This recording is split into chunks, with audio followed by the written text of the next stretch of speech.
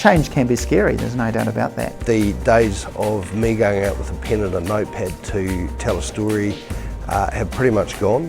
Where does this end? You know, what is the finishing line? And of course, the answer to that is there is no finishing line. The number of toys we have in our toy box now is unparalleled. And we're really looking to leverage more into what are the types of stories that we can really plan them in advance and be really unique with them so that we can own that and we can own that story and bring that to our audience.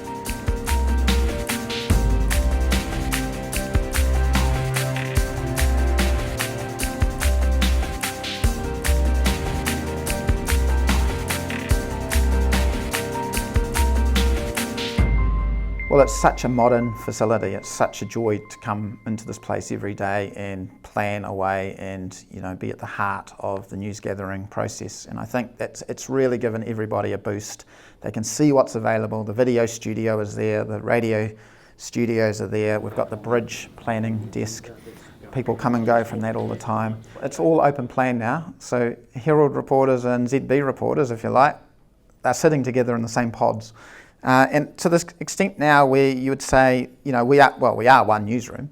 They are sharing story angles, who they're talking to. So there's a hell of a lot of collaboration going on, a lot of planning going on at the early stages on the big stories. I think people have really had the opportunity to expand their roles as well. You know, previously they may have been a silo on a particular product or a particular channel, whereas now they actually can look right across the whole business. Moving to the new newsroom was an awful lot more about just moving buildings. The geographical move was almost the smallest part of it. The mind shift is massive, and that's been the best part of it. We know now that we're a converged media. We know that we're not making stories with words, that we're storytelling for an audience, and so there's a lot more of a clearer vision as to where we're heading to.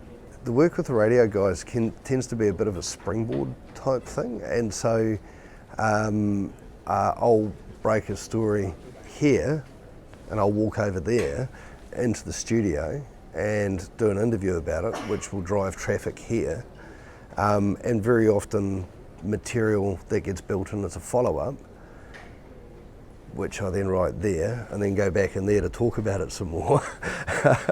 Yeah, and we're trying to work out what works best.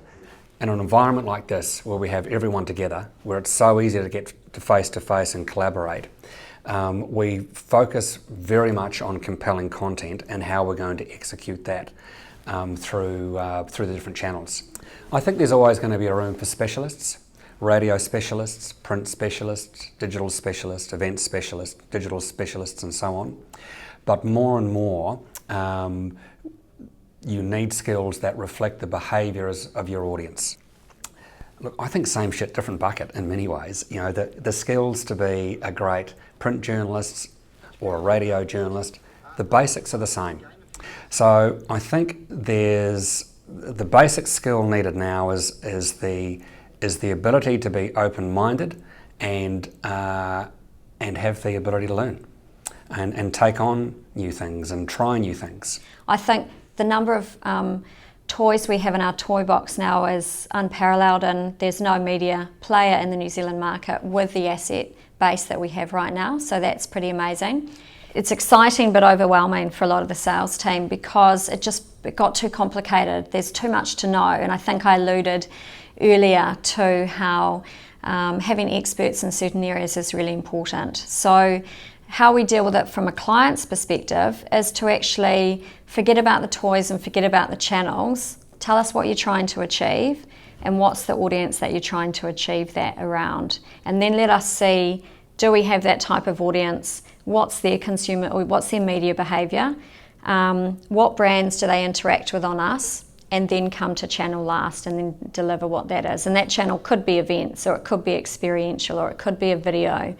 It may not be, you know, as I said, a traditional inventory buy. So the types of conversations we're having now are less commoditised and less inventory driven and more results focused and more content generation. So, you know, they're really interested to find out about Vision, our video production unit, and what is Create Me and how do I put an event and experiential element into my campaign and make a difference. So the discussions have moved from what's the price to reach this many people to actually how can you help me deliver my solution in a new way. There is real potential to grow.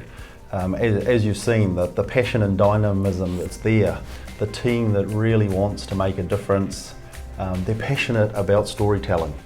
And as they can now have a whole lot more assets to put that across the business, a whole lot more media opportunities, their eyes are lighting up and going, actually, I've got a story to tell, now what's the best way to tell it?